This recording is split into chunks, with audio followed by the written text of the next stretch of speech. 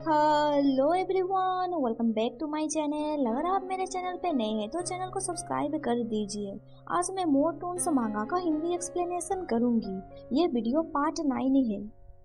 चिंग मो के घर पे कैसे पहुंचा, इसके बारे में जानने के लिए हमें 4 घंटा पहले का सीन दिखाया जाता है। 4 घंटे पहले चिंग कोवर्कर के साथ हैंग आउट कर रहा होता है। चिंग उन लोगों के साथ ड्रिंक कर रहा होता है। चिंग सोचता है 4 साल पहले मो डिसअपियर हो गया था, क्या अब वो मुझसे मजाक कर रहा है। आई दूसरे कोवर्कर को बोलती है मो हमारा पेशेंट था 4 साल पहले। तब वो चिंग के साथ हमेशा चिपक के रहा करता था, किसी लवर की तरह। ये सुन के वो दोनों कोवर्कर बोलती है ऑनेस्टली तुम हमें सच बताओ, आखिर तुम्हारा रिलेशनशिप उस हैंडसम लड़के के साथ क्या है। चिंग घबराते हुए बोलता है तुम लोग सडनली मुझे ये सब कुछ क्यों पूछ रहे हो, हम दोनों के बीच ऐसा कुछ नहीं है। कोवर्कर बोलती है जब वो हॉस्पिटल आया तो फिर उसने तुम्हें पहले सडनली हग क्यों किया। दूसरी कोवर्कर बोलती है तुम हमारे साथ बहुत लंबे समय से काम कर रहे हो, क्या तुम्हें हमें इस तरह से ट्रीट करना चाहिए। देन वो लोग उसके ग्लास में ड्रिंक पोर करने लगते हैं एंड बोलते हैं आज ए पनिशमेंट तुम्हें ये सब कुछ पीना होगा। ये सब कुछ मो चुपके से देख रहा होता है। वो सोचता है चिंग ने तब मुझे गुस्से से बोला कि यहाँ से बाहर निकल जाओ। तब मो गुस्सा हो गया था, इसीलिए अब वो सीक्रेटली चिंग को पीछा कर रहा है। कुछ देर के बाद हमें दिखाया जाता है नशे में सब लोग टल्ली हो जाते हैं। फिर वहाँ पे मो आता है एंड बोलता है ब्रदर चिंग ने बहुत ज्यादा पी रखी है, मैं इसे वापस छोड़ दूंगा। मो उसे अपने बाहों में कैरी करता है एंड उसे अपने घर ले जाता है। वो उसे बोलता है ब्रदर चिंग मैंने तुम्हें बहुत मिस किया, मैं जब भी तुम्हारे बारे में सोचता था मैं पागल हो जाता था। इन 4 सालों में मैंने बहुत कोशिश की तुम्हें नहीं देखने के लिए, ताकि मैं पैसे कमा सकूं एंड तुम्हारा सपना पूरा कर सकूं। मो उसके सर में पेट करते हुए बोलता है क्या तुमने मुझे मिस किया। देन वो स्माइल करते हुए बोलता है मुझे लगता है तुमने भी मुझे मिस किया होगा। इसके बाद हमें दिखाया जाता है वो नहा रहा होता है। उसके हाथों पे चोट का निशान देख के उसे कुछ याद आता है। एक फ्लैशबैक में दिखाया जाता है वो एक पर्सन को बोल रहा है कि मुझे और भी ज्यादा रिसोर्सेस एंड मनी चाहिए, पर वो पर्सन गुस्सा हो जाता है एंड जलते हुए सिगरेट से मो को हर्ट करने लगता है। इसके बाद सीन प्रेजेंट में शिफ्ट होता है। शावर लेने के बाद मो स्टेयर्स से नीचे उतरता है। तभी चिंग बोलता है मैं यहाँ पे मरना पसंद करूंगा। मो उसके करीब जाता है एंड बोलता है अगर तुम मर जाओगे तो फिर मैं बहुत ही ज्यादा सैड हो जाऊंगा। उसे देख के चिंग बोलता है तुम यहाँ पे क्या कर रहे हो, क्या मैं सपना नहीं देख रहा हूँ। मो उसके फेस पे हाथ रखते हुए बोलता है ब्रदर चिंग ये हमारा घर है। ये सुन के चिंग बोलता है व्हाट। वो बोलता है इन 4 सालों में मैंने तुम्हारा ड्रीम हाउस को बनाया है, क्या तुम्हें ये पसंद आया।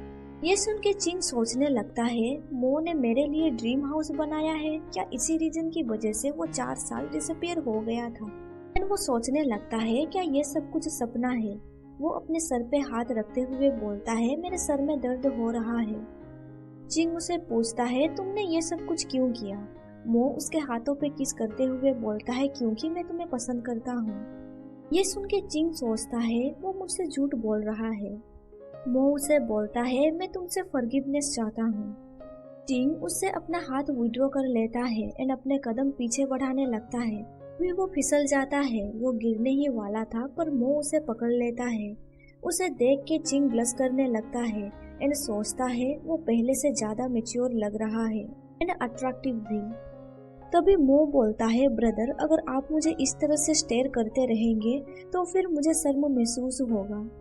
ये सुन के चिंग सोचने लगता है आखिर मैं उसके बारे में ऐसा कैसे सोच सकता हूँ, मैं शायद कोई सपना देख रहा हूँ। चिंग मो को बोलता है तुम मेरे करीब मत आओ। मो बोलता है आखिर तुम्हें क्या हुआ। तभी चिंग उसके ऊपर उल्टी कर देता है। इसके बाद हमें दिखाया जाता है चिंग लोटस पॉन्ड पे है।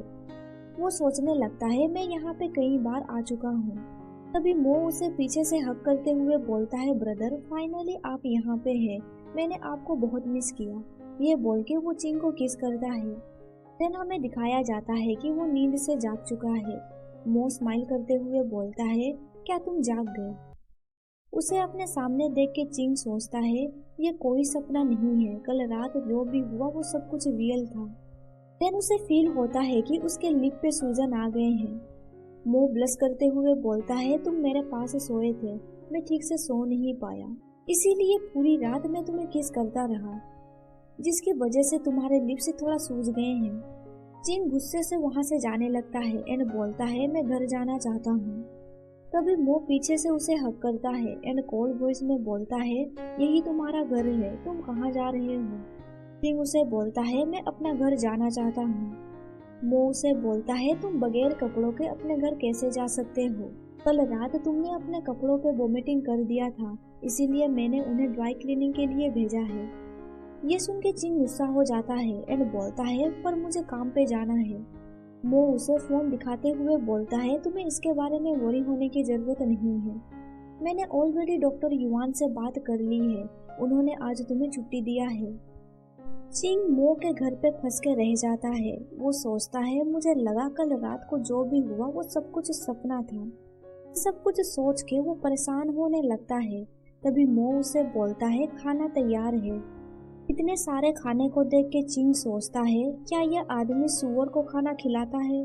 फिर वो सोचता है इस लड़के ने मेरे लिए ड्रीम हाउस बनाया है, मेरे जैसा पोर पर्सन इस लाइफस्टाइल को कभी भी अफोर्ड नहीं कर सकता। चिंग उसके साथ बैठ के खाना खाने लगता है। मो उसे बोलता है क्या तुम्हें यह पसंद आया। चिंग मन में सोचता है ये मेरा ड्रीम हाउस है, आखिर मैं इसे कैसे पसंद नहीं कर सकता। ये सब कुछ पाने के लिए मैं ड्यूमंस के साथ सोल एक्सचेंज करने के लिए भी तैयार हूँ, पर यहाँ पे मो एक डेविल है, आखिर उसने ये सब कुछ कैसे हासिल किया। इसके बाद हमें उन दोनों के बीच इंटीमेट सीन दिखाया जाता है। नेक्स्ट डे हमें नर्सिंग होम दिखाया जाता है। चिंग सोचता है थैंक गॉड फाइनली मैं वहाँ से एस्केप कर पाया। वो युवान का डोर नॉक करते हुए बोलता है क्या आपने मुझे बुलाया। युवान उसे एक पेशेंट का डिटेल देता है। इसके बाद चिंग उस पेशेंट के पास जाने लगता है। वो देखता है कि इस पर्सन का नाम है फेंग नियान, जिसे मैं फेंग पुकारूंगी। फेंग का एज 18 साल है, वो अभी भी यंग है। वो मेंटल इलनेस एंड अमनेशिया से सफर कर रहा है, साथ ही वो कभी कभी खुद को हार्म भी करता है। चिंग फेंग के रूम के पास पहुंच जाता है। वो देखता है कि उसका ब्रदर उसे जबरदस्ती किस कर रहा होता है। उसे दूर पुश करते हुए बोलता है मैं ये नहीं चाहता हूँ। उसका ब्रदर गुस्सा हो जाता है एंड उसके ऊपर हाथ उठाने लगता है। तभी चिंग रूम के अंदर एंटर करता है। चिंग बोलता है आज से मैं फेंग नियान का नर्स हूँ। फेंग का ब्रदर बोलता है मैं 20 दिन के बाद वापस आ जाऊंगा, तुम यहीं पे रुकना एंड उनकी बातें सुनना, तुम यहाँ से भागने की कोशिश मत करना। चिंग बोलता है मैं आपको दिलासा दिलाता हूँ कि हम अच्छे से आपके ब्रदर का केयर करेंगे। ये सुन के उसका ब्रदर वहाँ से चला जाता है। उसके जाने के बाद चिंग फेंग को बोलता है क्या तुम ठीक हो। उसे देख के चिंग सरप्राइज हो जाता है क्योंकि उसके बदन पे जख्मों का निशान है। इस जख्मों के बारे में डॉक्टर युवान को बोलता है। युवान बोलता है ऐसा लगता है वो दोनों उस टाइप के रिलेशनशिप में है। युवान उसके शोल्डर पे हाथ रखते हुए बोलता है हमें उनके प्राइवेट लाइफ में इंटरफेयर नहीं करना है, हमारा मेन टास्क है पेशेंट का ध्यान रखना। ये सुन के चिंग बोलता है उसके ब्रदर ने आपको बहुत सारे पैसे दिए हैं ना। युवान हंसते हुए बोलता है वेल वो एक जेनरस पर्सन है, वैसे कल दोपहर को इस हॉस्पिटल में कुछ वॉलंटियर्स आने वाले हैं, तुम्हें उन लोगों का चार्ज लेना होगा। इसके बाद हमें दिखाया जाता है चिंग फेंग के चोट में मेडिसिन अप्लाई कर रहा है। चिंग उसे पूछता है तुम्हें ये चोट कैसे लगा, क्या तुम्हारा ब्रदर तुम्हें हिट करता है। फेंग बोलता है मुझे इन सब के बारे में याद नहीं है। चिंग बोलता है मुझे तुम्हारे लिए वोरी फील हो रहा है। ये सुन के फेंग थोड़ा शौक में पड़ जाता है। देन वो हंसते हुए बोलता है आप बहुत ज्यादा काइंड हैं। उसे स्माइल करते हुए चिंग सोचता है वाओ उसका स्माइल एक एंजल की तरह है, अगर वो मेरा लिटिल ब्रदर रहता तो मैं उससे कभी भी आर्ग्यू नहीं करता। इसके बाद हमें नेक्स्ट डे का सीन दिखाया जाता है। चिंग फेंग के साथ बहुत ही ज्यादा खुश नजर आ रहा है। उन दोनों को इस तरह से देख के मो बहुत ही ज्यादा गुस्सा हो जाता है। मो फेंग का हाथ पकड़ते हुए बोलता है क्या तुम अकेले नहीं चल सकते। मो के चेस्ट पे बैज देख के चिंग पूछता है क्या तुम ही वो वॉलंटियर हो। मो बोलता है टाइम निकाल के मैं कभी कभी सोसाइटी में कंट्रीब्यूट करता रहता हूँ, क्या मैं ऐसा नहीं कर सकता? ये सुन के चिंग बोलता है ओ रियली? देन वो सोचने लगता है सीरियसली मैं तुम पे भरोसा नहीं करता हूँ। देन वो फेंग को अपने करीब करते हुए बोलता है तुम इस बच्चे को डिस्टर्ब मत करो, उसका टेक केयर करना मेरा जॉब है। ये बोल के चिंग वहाँ से चला जाता है, जिसकी वजह से मो बहुत ही ज्यादा गुस्सा हो जाता है। उसके बाद हमें नेक्स्ट डे का सीन दिखाया जाता है। चिंग आई को पूछता है क्या तुमने फेंग निंग को देखा है जो रूम नंबर 307 में रहता है? आई बोलती है क्या तुम उस लड़के की बात कर रहे हो जिसके बाल येलो कलर के हैं? मुझे लगता है वो डाइनिंग रूम में है। सुन के चिंग डाइनिंग रूम की ओर जाने लगता है। वहाँ पे वो मो को देखता है। उन दोनों को ऐसे देख के चिंग गुस्से से बोलता है मो आखिर तुम यहाँ पे क्या कर रहे हो? वो उसे बोलता है मैं समझ नहीं पा रहा हूँ तुम इस लड़के को कैसे पसंद कर सकते हो। पर चिंग उसे कोई रिप्लाई नहीं देता है। वो फेंग के पास जाता है एंड पूछता है क्या तुम ठीक हो? फेंग बोलता है मुझे डर लग रहा है। मो चिंग का हाथ पकड़ते हुए बोलता है तुम इस साइको से दूर रहो। चिंग गुस्से से बोलता है अब तुम बस करो, तुम इसके करीब भी मत आना, मैं तुम्हारा प्रॉपर्टी नहीं हूँ। ये सुन के मो बहुत ही ज्यादा शौक में पड़ जाता है। वो अपने हाथों में बाइटिंग मार्क का निशान दिखाते हुए बोलता है चिंग जी तुम मिसअंडरस्टूड कर रहे हो, ये लड़का पागल हो गया था एंड उसने मुझे बाइट किया, इसीलिए तुम्हें केयरफुल रहना चाहिए। ये बोल के मो वहाँ से चला जाता है। चिंग सोचने लगता है मैंने उसे मिसअंडरस्टूड किया। के बाद हमें दिखाया जाता है रूम में। चिंग फेंग को पूछता है आखिर क्या हुआ था, तुमने उसे बाइट क्यों किया? फेंग बोलता है मुझे याद नहीं है। के बाद हमें नेक्स्ट डे का सीन दिखाया जाता है। चिंग सोचता है आज मो नहीं आया, ऐसा लगता है वो मुझसे इरिटेट है। आई उसे बोलती है रूम नंबर 301 में जो पेशेंट है उसे मैंगो खाना है, इसीलिए तुम जाके लेके आ जाओ। चिंग ओके बोलता है। रेड सिग्नल पे चिंग अपना व्हीकल रोक देता है। बिल्डिंग के पास वो एक पर्सन को देखता है। उसे देख के वो सोचने लगता है मुझे ये लुक फेमिलियर क्यों लग रहा है, पर मो तो कभी स्मोक नहीं करता है। वो पर्सन जब अपना फेस टर्न करता है वो देखता है कि ये सच में मो ही है। चिंग उसके पास जाता है एंड पूछता है तुम किसका वेट कर रहे हो? चिंग को देख के मो उसे स्टेयर करने लगता है। चिंग सोचता है आखिर वो मुझे इस तरह से क्यों देख रहा है, लगता है मुझे उससे माफी मांगना होगा। मो कोल्ड वॉइस में बोलता है आखिर तुम कौन हो? ये सुन के चिंग पूरी तरह से शौक में पड़ जाता है। चिंग उसका हाथ पकड़ते हुए बोलता है क्या तुम अभी भी मुझसे गुस्सा हो? वो अपना हाथ विड्रॉ कर लेता है। तभी वहाँ पे एक लेडी बोलती है मो आखिर यहाँ पे क्या चल रहा है? मो चिंग को दूर पुश कर देता है एंड बोलता है ये एक साइकोपाथ है। ये बोल के वो उस लेडी के साथ वहाँ से जाने लगता है। ये सब कुछ देख के चिंग बहुत ही ज्यादा गुस्सा हो जाता है। इसके बाद हमें दिखाया जाता है रात को वो मो का अपार्टमेंट जाता है। वो डोर नॉक करता है पर उसे कोई रिप्लाई नहीं मिलता है। उसे पता चल जाता है कि घर में कोई नहीं है। वो डोर के पास बैठ जाता है एंड सोचता है आफ्टरनून में उसका बिहेवियर देख के मैं बहुत ही ज्यादा एनॉय हो गया था। मैं गलत था, मैं तो बस उससे माफी मांगने के लिए गया था। अभी वहाँ पे मो आ जाता है। वो चिंग का शोल्डर पकड़ के बोलता है तुम यहाँ पे क्या कर रहे हो? क्या तुम्हें याद नहीं है मैंने तुम्हें इस घर का कोड दिया था? देन मो उसे हक करते हुए बोलता है तुम्हें पता नहीं मैं कितना वोरी था, मुझे लगा कि तुम मुझसे गुस्सा हो। ये सुन के चिंग सोचता है क्या वो मुझसे गुस्सा नहीं है। वो उसे घर के अंदर लेके आता है। चिंग उसे बोलता है एनीवे आफ्टरनून में तुमने जो भी किया वो अगेन मत करना। तब मैं बहुत ही ज्यादा एनॉय हो गया था। ये सुन के मो बोलता है आखिर तुम किस चीज के बारे में बात कर रहे हो, अब तुम वियर्ड चीजें बोलना बंद करो। मो डोर क्लोज करते हुए बोलता है वैसे हमें इम्पोर्टेंट चीजें भी करने हैं। ये बोल के वो चिंग को किस करता है। चिंग उसे बोलता है वेट, मैं यहाँ पे तुमसे माफी मांगने के लिए आया हूँ। वो बोलता है ठीक है पर मुझे तुम्हें पहले किस करने दो, मैंने आज तुम्हें बिल्कुल भी नहीं देखा। चिंग बोलता है ये तुम क्या बोल रहे हो, आज दोपहर को हम दोनों मिले थे। मो बोलता है व्हाट, पर मैं तो पूरे दिन ऑफिस में काम कर रहा था। सुन के चिंग सोचने लगता है आखिर ये सब क्या चल रहा है, वो ऐसे एक्ट क्यों कर रहा है जैसे कि वो मुझसे मिला ही नहीं है। चिंग देखता है कि उसके नेक पे टैटू है। वो सोचने लगता है आखिर तुम प्रिटेंड क्यों कर रहे हो, क्या तुम ये सब कुछ जानबूझ के कर रहे हो। जिंग बोलता है मैं श्योर हूँ, आज मैंने तुम्हें बिल्डिंग के पास देखा था। मो बोलता है क्या तुम चाहते हो कि मैं इसका रीजन दूँ, मुझे लगता है कि हम दोनों कितने भी दूर क्यों ना हो जाए, मैं हमेशा तुम्हारे साथ ही रहूंगा। उसे बोलता है क्या तुम्हारा बीमारी फिर से लौट आया, मेरा मतलब ये है कि क्या तुम्हारे मेमोरी में कोई प्रॉब्लम है। मो उसे बोलता है तुम इतने वरी क्यों हो रहे हो, क्या तुम डर रहे हो कहीं मैं अपना आपा ना खो दूं। उसे बोलता है मैं बस डर रहा हूँ कहीं तुम मुझे भूल ना जाओ। ये सुन के मो सरप्राइज हो जाता है। मो उसके शोल्डर पे सर रखते हुए बोलता है ऐसा कभी भी पॉसिबल नहीं हो सकता, मैं बहुत ओबीडियंट हूँ। रात को जिंग उसके अपार्टमेंट में रुक जाता है। इसके बाद हमें नेक्स्ट डे का सीन दिखाया जाता है। जिंग मो को ऑफिस तक छोड़ देता है। ऑफिस जाने से पहले मो जिंग को किस करता है, इससे जिंग ब्लश करने लगता है एंड सोचता है आखिर वो एक क्यूट पपी की तरह बिहेव क्यों कर रहा है।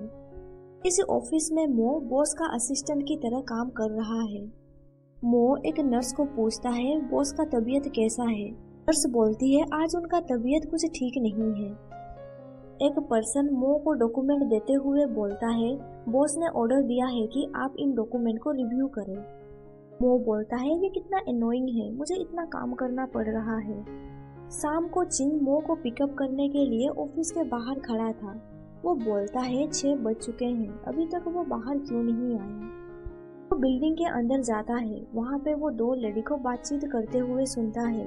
एक लेडी बोलती है क्या तुमने बॉस एंड मो के बारे में सुना, दोनों डिस्टेंस रिलेटिव्स हैं।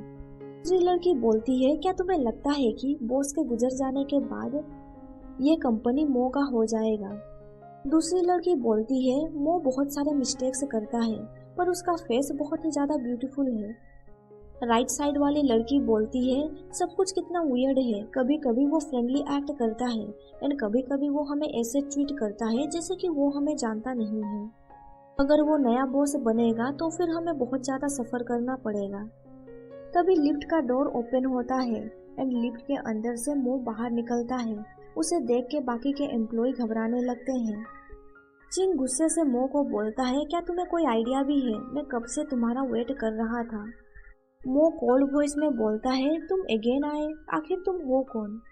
जिंग बोलता है मो तुम ये सब बंद करो, मैं तुम्हें पिकअप करने के लिए यहाँ पे आया हूँ, क्या इसीलिए तुम एम्बेरस फील कर रहे हो। अगर तुम मुझे देखना नहीं चाहते हो तो मुझे अगेन कॉन्टैक्ट मत करना। उनके मुंह उसका क्लोथ पकड़ता है एंड उसे अपने करीब खींचते हुए बोलता है तुम्हारे बॉडी से मेरा परफ्यूम का स्मेल आ रहा है, तुम्हारे नेक में जो मार्क है क्या ये सब कुछ मैंने किया है। मुझसे दूर हो जाता है एंड बोलता है आखिर ये तुम क्या कर रहे हो। उसे बोलता है मैं तुम्हारे साथ कितनी बार सोया हूँ, मेरे साथ सो के तुम्हें अच्छा लगा होगा ना, वैसे मैं तुम्हारे जैसे बहुत से घटिया पर्सन के साथ सो चुका हूँ। उनके जिंग बहुत ही ज्यादा इरिटेट हो जाता है। वो मो को जोर का चाटा मारता है एंड वहाँ से चला जाता है। नेक्स्ट डे जिन आई को इन सब के बारे में बता देता है। ये सुन के आई सरप्राइज हो जाती है एंड बोलती है क्या वो सच में मो था। जिंग बोलता है ऐसा लगता है ये उसका डबल पर्सनालिटी है जिसके बारे में मुझे नहीं पता है। इसके बाद उसने ऐसे एक्ट किया जैसे उसे कुछ याद ही नहीं हो। ये कितना एनोइंग है। युआन उन लोगों की बातें सुन रहा होता है।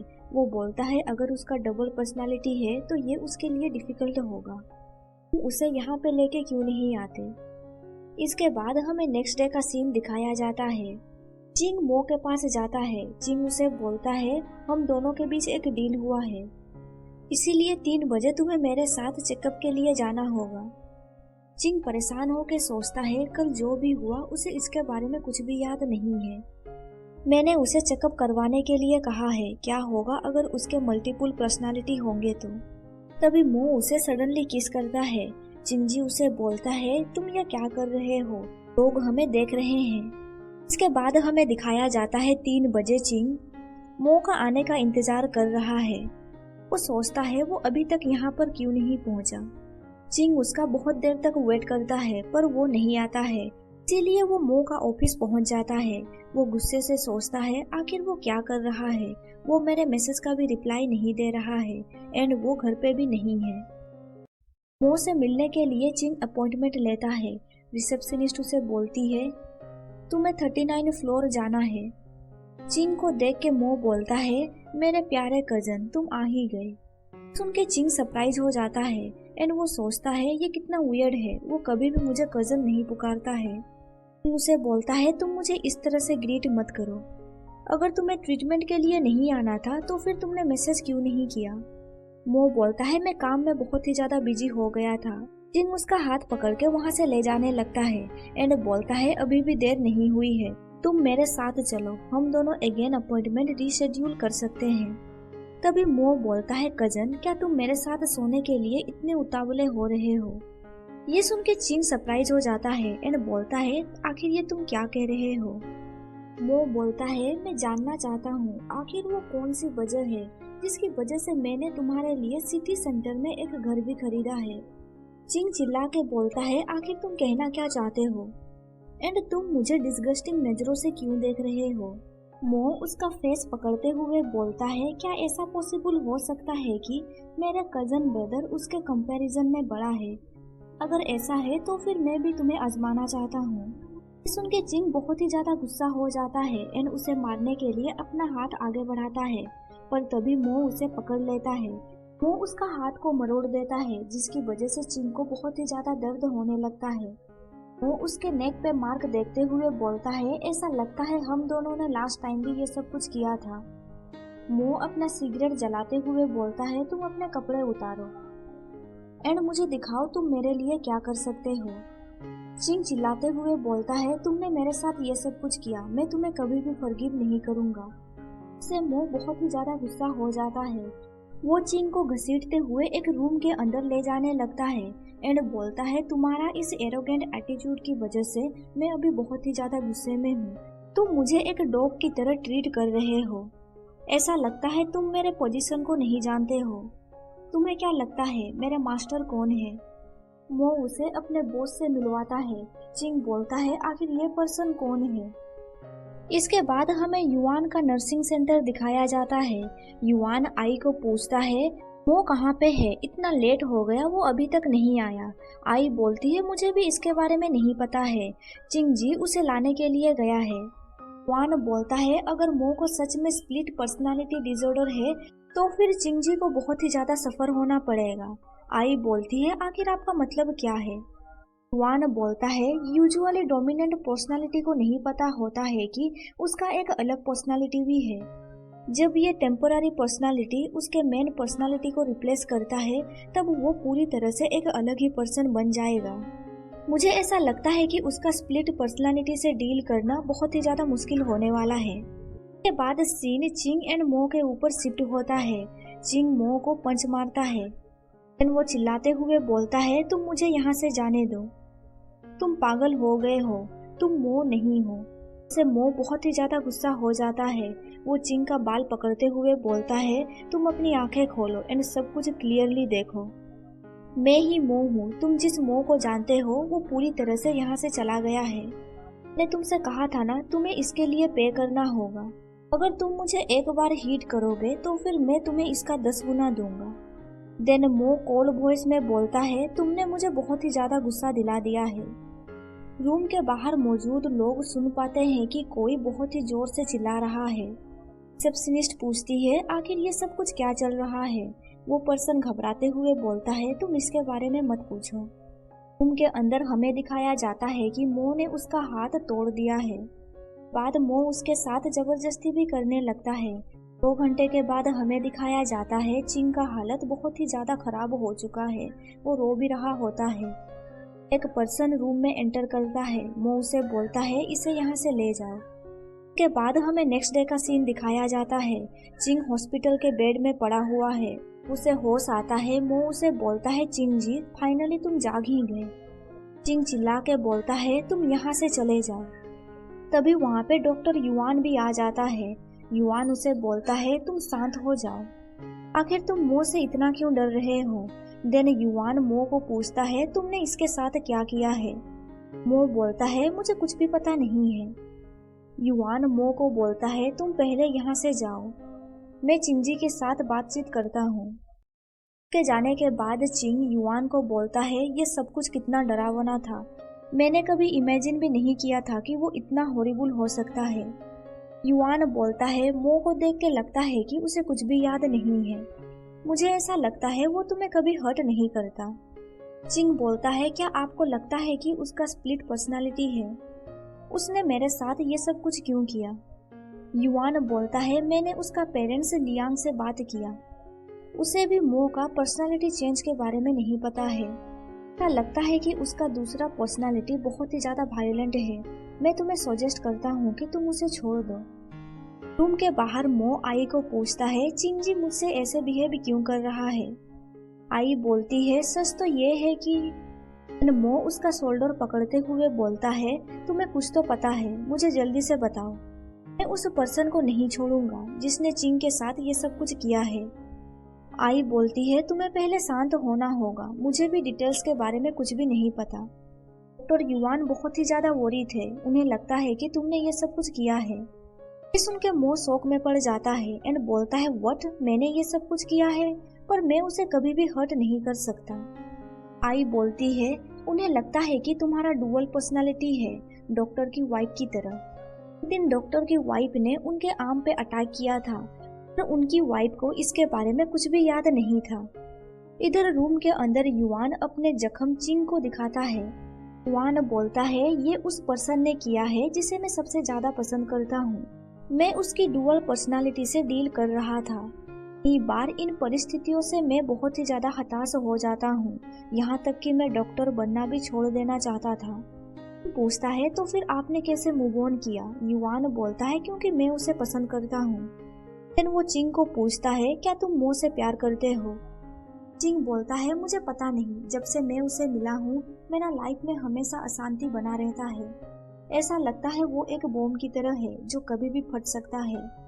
कि इस मेंटल प्रॉब्लम से मैं बहुत ही ज्यादा टायर्ड हो चुका हूँ। मुझे लगता है उसे छोड़ देना ही बेस्ट ऑप्शन है। ये सब कुछ मो बाहर से सुन रहा होता है। वो बोलता है, चिंग जी मुझे माफ कर दो। चिंग से बातचीत करने के बाद युआन हॉस्पिटल से बाहर निकलता है। तभी मो उसे रोक देता है एंड बोलता है, क्या ये सच बात है कि मैंने चिंग जी को हर्ट किया है?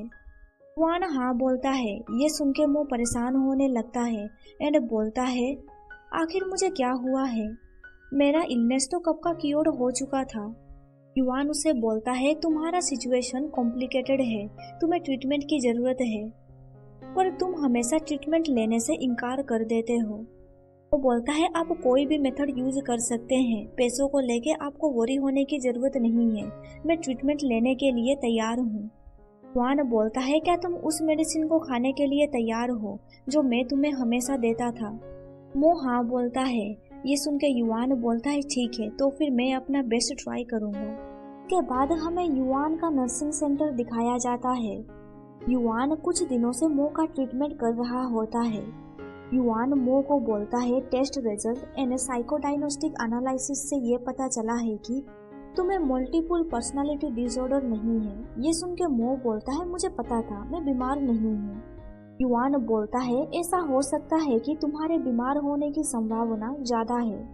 चिंग जी ने तुम्हारा दूसरा पर्सनालिटी को भी देखा था, ऐसा नहीं है कि वो मजाक कर रहा है। तभी युआन मो के नेक पे टाटू को देखता है एंड पूछता है, तुम्हारे नेक में ये टाटू कैसा? मो बोलता है, वेल ये एक तरह का मार्क है, जैसे एक डॉग अपना टेरिटरी को मार्क करता है, ये उसी तरह का कुछ है। बॉस ने कई ऐसे युवाओं का पोषण और समर्थन किया जिनकी मेरी तरह कोई बैकग्राउंड नहीं थी।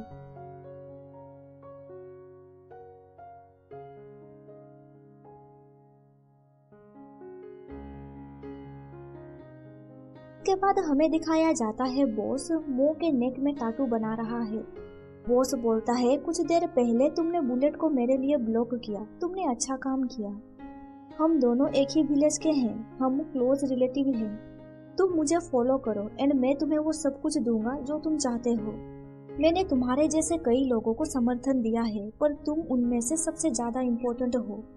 देन सीन प्रेजेंट में शिफ्ट होता है। युआन मो को पूछता है, क्या तुम्हारा बॉस गैंगस्टर है? वो बोलता है, उन्होंने एंटीक चीजों से अपना भाग्य बनाया एंड उनका अंडरग्राउंड बिजनेस भी है। रूम के बाहर वो चिंग को देखता है। उसे देख के मो बोलता है, ब्रदर चिंग, तुम हॉस्पिटल से कब डिस्चार्ज हुए? चिंग घबराते हुए बोलता है, तुम मेरे करीब मत आओ, मैं तुम्हें देखना नहीं चाहता हूँ। ये सुन के मो परेशान हो जाता है। आई बोलती है, तुम्हें चिंग को डिस्टर्ब नहीं करना चाहिए। मो युवान को बोलता है, क्या मेडिसिन लेने के बाद वो मुझसे नहीं डरेगा एंड मुझे अवॉइड भी नहीं करेगा। युवान बोलता है, बीमारी का लक्षण पता करने के बाद ही मैं तुम्हें मेडिसिन प्रेस्क्राइब कर सकता हूँ। मैं केयरलेसली तुम्हें कोई भी मेडिसिन नहीं दे सकता। अभी मो का फोन रिंग होता है। वो कॉल पिकअप करता है। एक पर्सन उसे बोलता है, बॉस तुम्हें देखना चाहते हैं। तुम परमिशन लिए बिना यहाँ से चले गए। बॉस तुमसे नाराज हैं। वो इरिटेट होके बोलता है, क्या वो पर्सनल नैनी नहीं ढूंढ सकते? वैसे भी कंपनी में बहुत सारे लोग पड़े हैं। अब तुम मुझे परेशान करना बंद करो। ये बोल के वो कॉल काट देता है। युवान उसे बोलता है, अगर तुम्हें काम पे जाना है तो फिर तुम्हें हॉस्पिटल में एडमिट रहने की जरूरत नहीं है। मो बोलता है, मैं यहाँ पे रहना चाहता हूँ। ये सुन के युवान ओके बोलता है। उसके बाद से मो हमेशा चिंग के पीछे ही पड़ा रहता है, पर चिंग उसे हमेशा इग्नोर करता रहता है। एक दिन वो युवान को बोलता है, आखिर क्यों ब्रदर चिंग मुझे हमेशा इग्नोर क्यों करते रहते हैं? 1 महीना हो चुका है, मुझ में कोई चेंजेस नहीं आए। मेरा टेस्ट रिजल्ट भी नेगेटिव नहीं है। आखिर ब्रदर चिंग मुझे अवॉइड क्यों कर रहे हैं? युवान मो का टेस्ट रिपोर्ट देखता है। वहाँ पे लिखा गया है कि मो को बाइपोलर डिसऑर्डर है, ना कि मल्टीपल पर्सनालिटी डिसऑर्डर। युवान पहले मो को स्टेयर करता है, देन वो स्माइल करते हुए बोलता है, तुम्हें चिंग के साथ बैठ के अच्छे से बातचीत करना चाहिए। मो बोलता है, पर ब्रदर चिंग मुझे हेट करते हैं। सुन के युवान बोलता है, क्या तुम्हें पता है मैं तुमसे कितना जलता हूँ? एटलीस्ट चिंग जी तुम्हें बाइट नहीं करेगा। उसके बाद हमें दिखाया जाता है मो चिंग जी के रूम के बाहर है। कि चिंग बोलता है, तुम यहाँ पे क्या कर रहे हो? तुम यहाँ से चले जाओ। मो बोलता है, 1 महीना हो गया है, फिर भी तुम मुझे अब तक अवॉइड क्यों कर रहे हो? चिंग गुस्से से उसे बोलता है, जब भी मैं ये मानने लगता हूँ कि तुम बेहतर हो जाओगे, तुम मुझे हमेशा निराश कर देते हो। तुम पागल हो, तुम मुझसे दूर रहो। तुम मेरे साथ अगेन वो सब कुछ करोगे। ये सुन के मो बोलता है, मुझे माफ कर दो, मैं स्वेयर करता हूँ ये सब कुछ अगेन नहीं होगा, प्लीज मुझ पे भरोसा करो। डॉक्टर ने मेरे ऊपर कई टेस्ट किए हैं, उन्होंने कहा कि मैं हेल्दी हूँ। अगर तुम्हें भरोसा नहीं है तो फिर तुम डायग्नोस्टिक रूम में जाके चेक कर सकते हो। मैं मल्टीपल पर्सनालिटी डिसऑर्डर से पीड़ित नहीं हूँ। चिंग बोलता है, क्या तुम्हें समझ में नहीं आता है? भले ही तुम बीमार नहीं हो, पर मैं पूरी तरह से तुमसे तंग आ चुका हूँ। मैं उस पागल कुत्ते से तंग आ गया हूँ जो किसी भी पल पागल हो सकता है। वो बोलता है, तो फिर मुझे क्या करना चाहिए ताकि तुम मुझे माफ कर दो एंड मुझे स्वीकार कर लो? चिंग बोलता है, मुझे अकेला छोड़ दो। ये सुन के मो कोई रिप्लाई नहीं देता है। चिंग बोलता है, तुम यहाँ से चले जाओ। तभी मो उसका हाथ पकड़ लेता है एंड उसे बोलता है, मैं ये नहीं कर सकता। चिंग बोलता है, अगर तुम इस तरह से इंसिस्ट करते रहोगे तो फिर मैं ये जॉब छोड़ दूंगा। मैं तुम्हारी नजरों से डिसअपियर हो जाऊंगा, जैसा कि मैंने 14 साल पहले किया था। कुछ देर के बाद हमें दिखाया जाता है युवान चिंग का रूम जाता है। वो देखता है कि मो एंड चिंग लड़ रहे होते हैं। युवान तुरंत मो को उससे दूर कर देता है एंड बोलता है, मो तुम्हें ये सब कुछ बंद करना चाहिए। चिंग गुस्से से बोलता है, तुम एक पागल हो, बोल के वो वहाँ से जाने लगता है। तभी मो युवान को बोलता है, आप जल्दी से बोल क्यों नहीं देते कि मैं सिक नहीं हूँ? मैं चिंजी को हर्ट नहीं करना चाहता हूँ, मैं बस उसे प्रूव करना चाहता हूँ। बाय द वे, आप मुझे मेडिसिन क्यों नहीं देते? अगर आप मुझे मेडिसिन देंगे तो फिर चिंजी मेरा ध्यान रखेगा। युवान बोलता है, तुम्हें हॉस्पिटल में रखना एक एक्सेप्शन है। मो बोलता है, आप नॉनसेंस बातें मत कीजिए, आप मुझे मेडिसिन दीजिए। युवान उसे कोई रिप्लाई नहीं देता है। मो बोलता है, कभी कभी मुझे ऐसा फील होता है कि मेरे बॉडी के अंदर एक बीस्ट छुपा हुआ है। कभी वो ऐसे काम करता है जो कि चिंजी को पसंद नहीं आता है। कुछ समय पहले मैं चिंजी को अगेन हर्ट करने जा रहा था। युवान उसे समझाता है, हर पर्सन के अंदर एक बीस्ट छुपा रहता है, तुम्हें सीखना होगा उसे कैसे कंट्रोल किया जाता है। तभी मो बोलता है, शायद उस आदमी ने सही कहा था, मेरे जैसे दोषी त्यागने के लिए ही पैदा होते हैं। युवान उसे पूछता है, ये बात तुमसे किसने कहा? शायद वो इकलौते ऐसे पर्सन है जो मेरी जिंदगी को जानता है। उन्होंने कहा कि मैं जिस प्राचीन गांव से बिलोंग करता हूँ, वहाँ पे रहने वाले सभी विलेजर्स मेंटल इलनेस से पीड़ित हैं। मल्टीपल पर्सनालिटीज एंड सिजोफ्रेनिया ये सब उनमें कॉमन है। ये सुन के युवान बोलता है, तुम्हारा बॉस तुम्हें ये सब कुछ बता रहा है ताकि वो तुम्हें मैनिपुलेट कर सके। वो बोलता है, क्या आपका मतलब है कि वो मुझे कंट्रोल करना चाह रहा है? युवान बोलता है, वेल मैं बस गेस कर रहा हूँ। वो बोलता है, ऐसा कैसे पॉसिबल हो सकता है? क्या आपको लगता है कि मैं एक कठपुतली हूँ?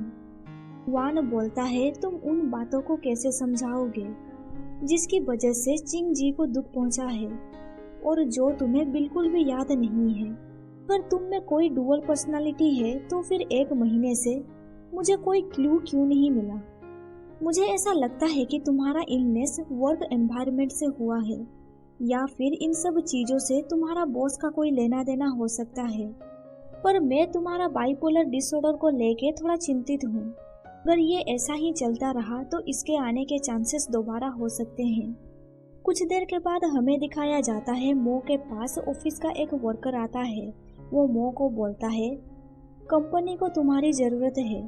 बॉस ने मुझे यहाँ पे भेजा है तुमसे बातचीत करने के लिए। कुछ देर के बाद हमें दिखाया जाता है युआन चिंग के पास जाता है। युआन बोलता है, एक पर्सन आया था, वो पर्सन मो को वापस कंपनी ले गया। चिंग फिशेस को खाना दे रहा होता है। चिंग बोलता है, उसे मेंटल हॉस्पिटल जाने की जरूरत है। फिशेस को देख के युआन बोलता है, इनके पास कोई ब्रेन नहीं होता है, खा खा के वो मोटे हो जा रहे हैं। चिंग बोलता है, इनको खिलाना बहुत ही ज्यादा इजी है, चाहे आप उन्हें कुछ भी दे दे वो ओबीडियंटली खा लेते हैं। ऑब्वियसली ये एक क्यूट क्रिएचर है। युआन उसे बोलता है, क्या तुम्हें याद है जब तुम पहली बार नर्सिंग होम आए थे तब तुमने मेरे मेडिसिन के ऊपर क्वेश्चन किया था? चिंग बोलता है, तब मैं बहुत ही ज्यादा नादान था, मुझे लगा कि इस मेडिसिन को खा के पेशेंट जल्द ही बेटर हो जाएंगे। पर वो पागल मो बेहतर होने के बजाय सीख पड़ता गया। वो पागल कुत्ते की तरह है, उसे मेडिसिन दे के कंट्रोल करना चाहिए। युआन बोलता है, अगर मेडिसिन उसे कंट्रोल नहीं कर पाएगी तो क्या होगा? चिंग कोल्ड वॉइस में बोलता है, तो फिर आपको मेडिसिन का डोज बढ़ाना होगा। वैसे क्या आपको नहीं लगता कि आपके मेडिसिन पावरफुल होते हैं? ये सुन के युआन शौक में पड़ जाता है एंड कुछ सेकंड के बाद बोलता है, हाँ तुम सही कह रहे हो। युआन हॉस्पिटल के अंदर चला जाता है। वो एक नर्स को पूछता है, मैंने जो न्यू मेडिसिन दिया है क्या तुम उसे सही टाइम पे उन्हें खिला रही हो?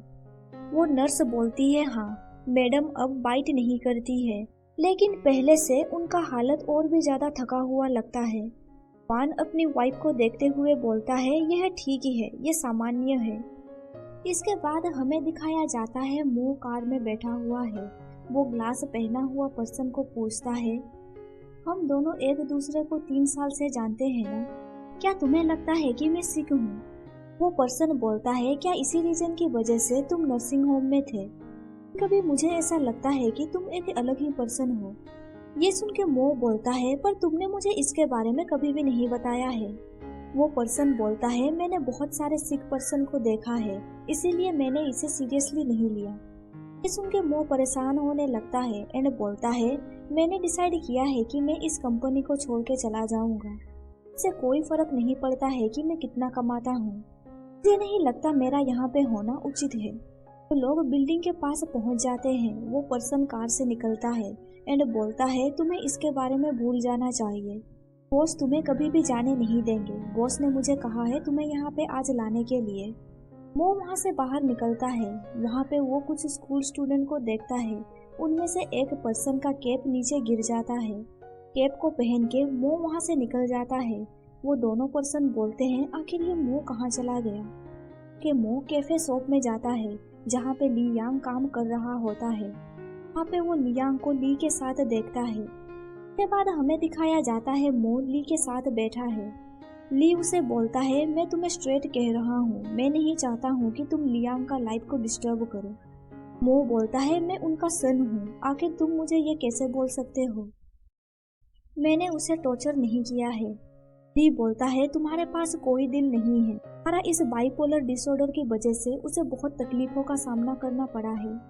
मैं तुमसे विनती करता हूँ, क्या तुम उससे दूर रह सकते हो? तुम उसे पीसफुली रहने क्यों नहीं देते?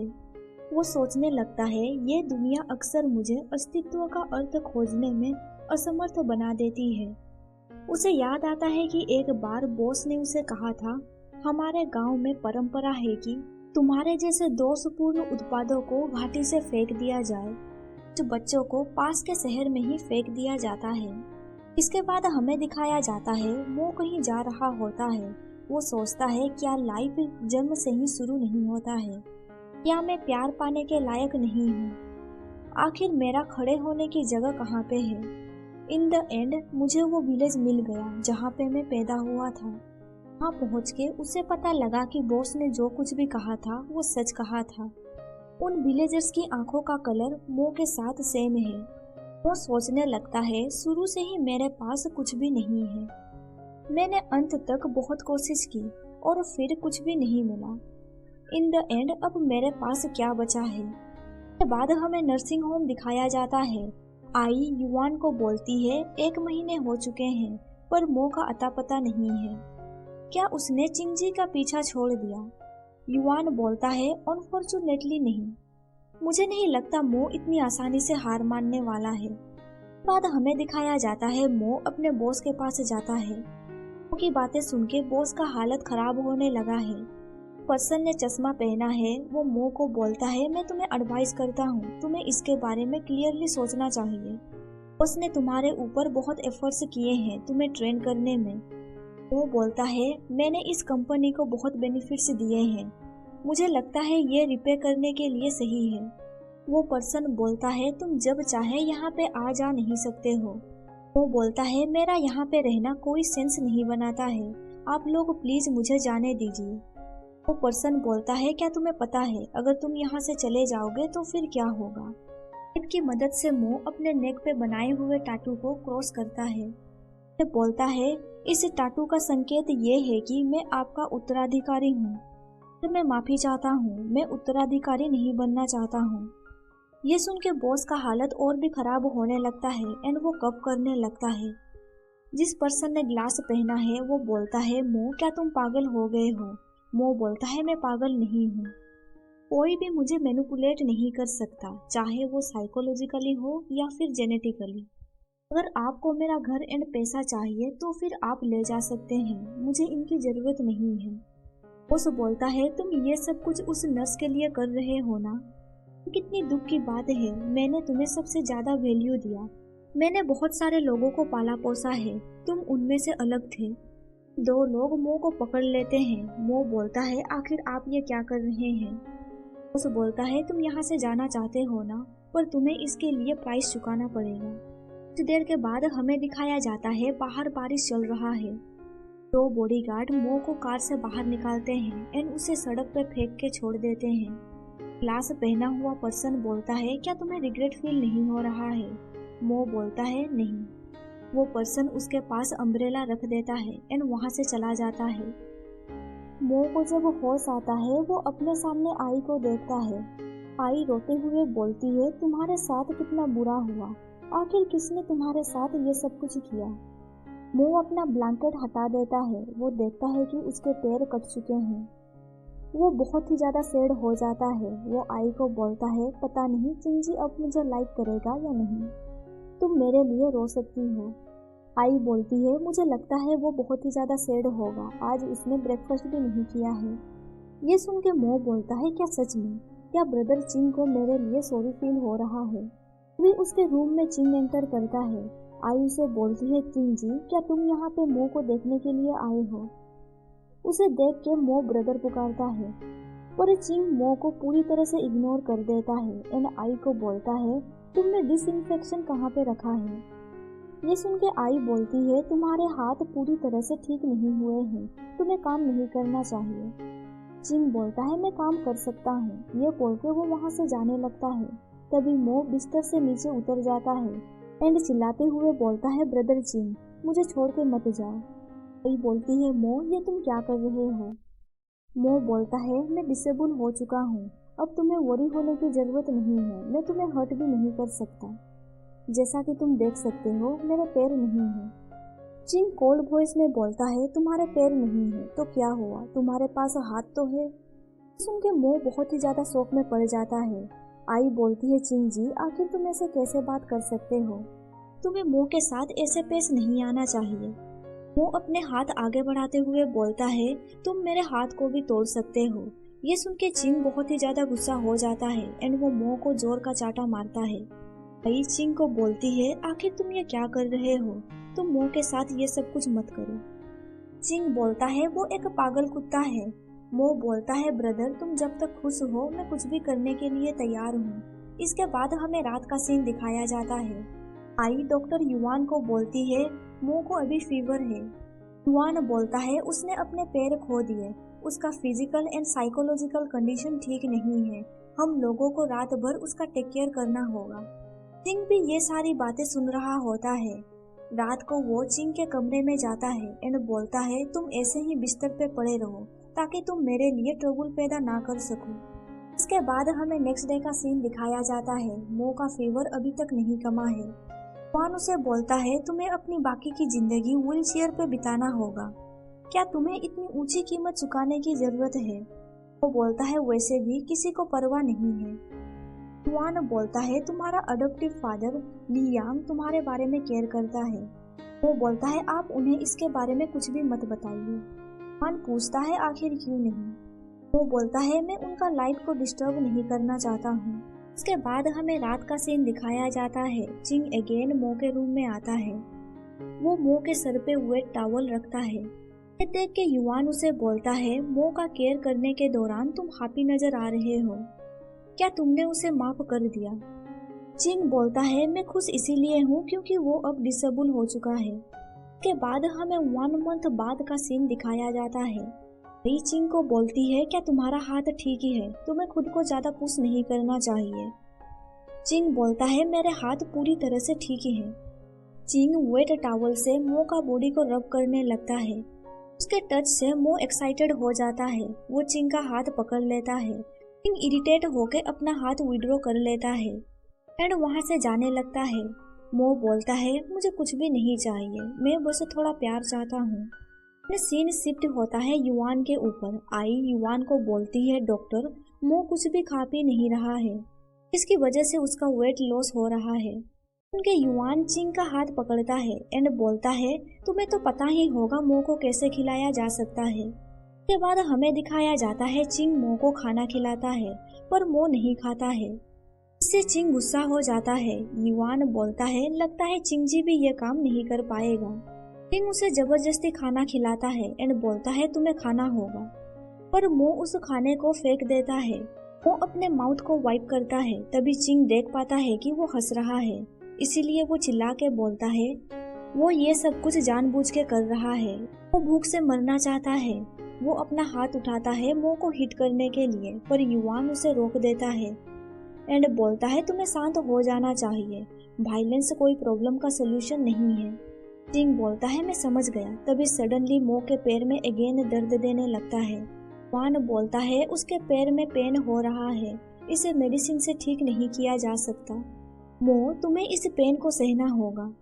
वो बोलता है, अगर इस टॉर्चर से मुझे थोड़ा सा भी फर्गीव मिल जाता है तो फिर मैं इस पेन से ओके हूँ, बोल के वो फेंट हो जाता है।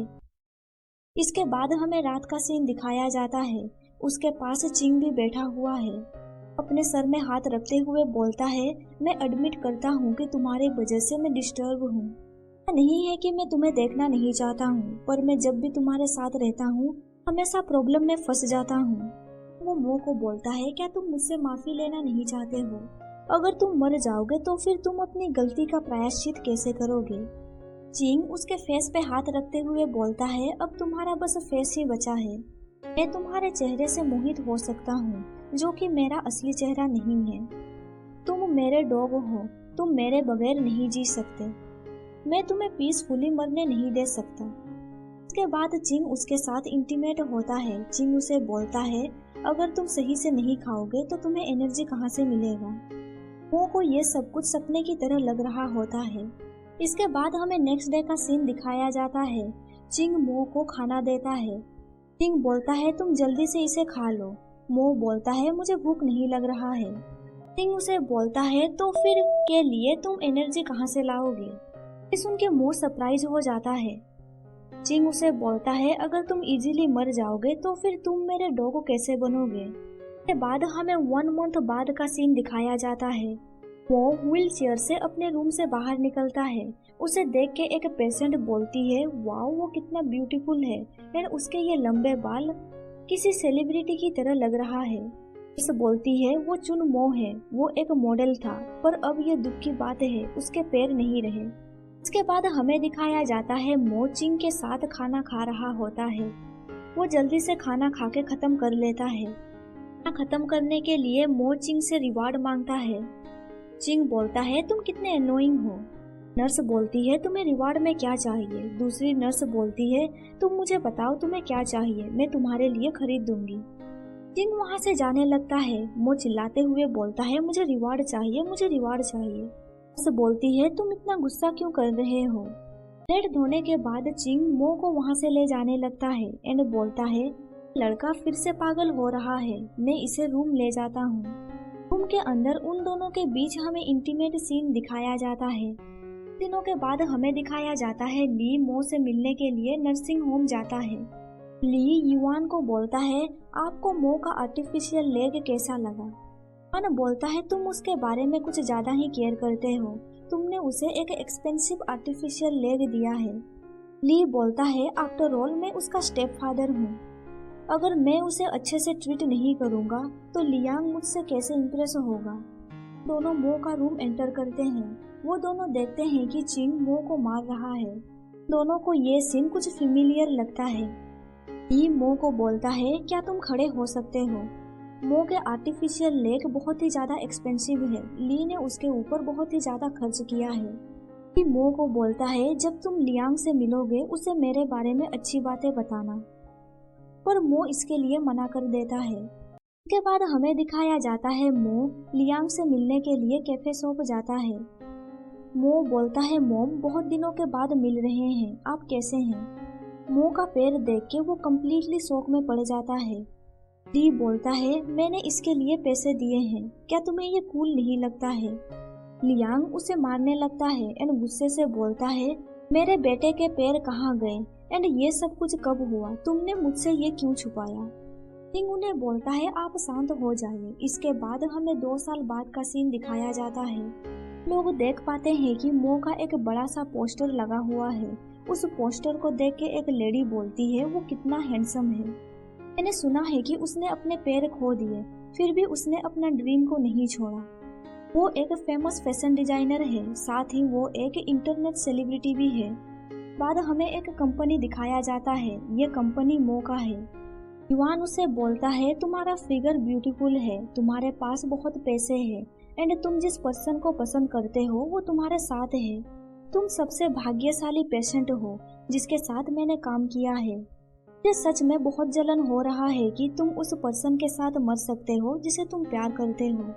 वो उसे बोलता है डॉक्टर क्या आप इतना जल रहे हैं कि आप मुझे मारना चाहते हैं। ये सुन के युआन को गुस्सा तो आता है पर वो उसके साथ हंसते हुए बातचीत करता है। उसके बाद हमें मो को दिखाया जाता है, वो बालकनी में है।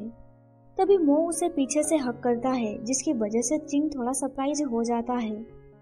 वो उसे पूछता है क्या तुम मुझे पसंद करते हो। चिंग बोलता है तुम मुझे ये क्यों पूछ रहे हो। मो उसे बोलता है भले ही तुम्हारा आंसर नकारात्मक हो तो भी कोई बात नहीं, पर तुम मुझे सिर्फ एक डॉग के रूप में देखना चाहते हो तो इससे भी कोई समस्या नहीं है। मैं तुमसे प्यार करता हूँ, मैं हमेशा तुमसे प्यार करता रहूंगा। चिंग उसे पेट करते हुए बोलता है अगर मैं तुम्हें कहूँ कि मैं तुम पे ट्रस्ट नहीं करता हूँ तो तुम गुस्सा हो जाओगे, पर अब तुम बड़े हो चुके हो। रियलिटी में मुझे जो चाहिए तुम बिल्कुल वैसे ही हो। तुम समझ रहे हो मैं क्या कहने की कोशिश कर रहा हूँ। सुन के मो उसे सडनली किस करता है। चिंग उसे दूर पुश करते हुए बोलता है तुम ये क्या कर रहे हो, और मो उसे अगेन किस करता है। उन दोनों को देख के ली बोलता है लगता है हमारा टाइमिंग गलत है। पार्टी में मो का मुलाकात उस चश्मे वाले लड़के से हो जाता है। पर्सन मो को बोलता है अगर बॉस आज यहाँ पे होते तो वो तुम्हारी मदद जरूर करते। तुम्हें इस तरह का शॉप कहीं और खोलना है तो फिर तुम मुझे बता सकते हो। अब सब कुछ ठीक हो चुका है। मो बोलता है थैंक यू मुझे डिस्टर्ब नहीं करने के लिए। अभी चिंग मो को बोलता है ये सब कब खत्म होगा। किंग को देख के वो पर्सन बोलता है, क्या ये वही नर्स है जिसे तुम पसंद करते हो? मैं तुम दोनों को ज्यादा परेशान नहीं करूंगा। ये बोल के वो पर्सन वहाँ से चला जाता है। किंग मो को बोलता है वो पर्सन कौन था, वो जाना पहचाना लग रहा था। मो उसे हक करते हुए बोलता है, तुम उस पर ज्यादा ध्यान मत दो, अब सब कुछ ठीक ही है। यहाँ पे इस मांगा का हैप्पी एंडिंग हो जाता है। अगर आपको वीडियो पसंद आया तो लाइक कर दीजिए। Thank you for watching my videos.